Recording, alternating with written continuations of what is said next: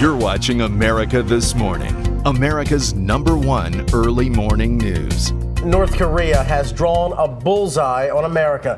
Its leaders have issued a direct threat that they will soon test a nuclear weapon and a long-range rocket aimed at the U.S. There are signs that a nuclear test is in the works, and we know their missiles can now reach Hawaii, but it doesn't appear they can combine them yet.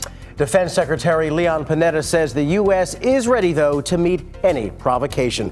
So how's all of this going over in that region? ABC's Gloria Riviera has just arrived in Seoul. And Gloria, how concerned for a second are the leaders in South Korea? Rob, here in South Korea, there is not panic yet, but there is serious concern. Yesterday, it was the U.S.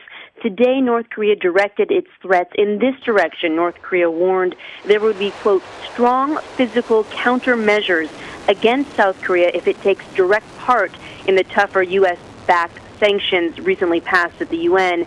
And analysts say American intelligence, international agency intelligence, it all concludes that the North Koreans' nuclear and missile capabilities are getting more sophisticated, slowly but surely, and that is a concern to South Korea and to the rest of the world.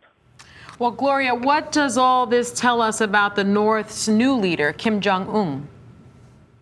Sunny, with a new leader, there's always a bit of hope things will be different. Of course, his father, Kim Jong-il, was caught up in a cycle of threats and then tests and talks about denuclearization, then walking away from the table.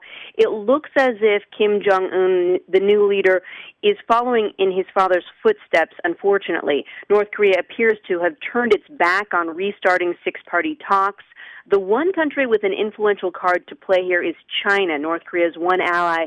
It's a big provider of food aid for North Korea, and China supported the UN resolution. It's urging restraint, calling for North Korea to get back to the negotiating table, and saying it will reduce its assistance if North Korea carries out another test.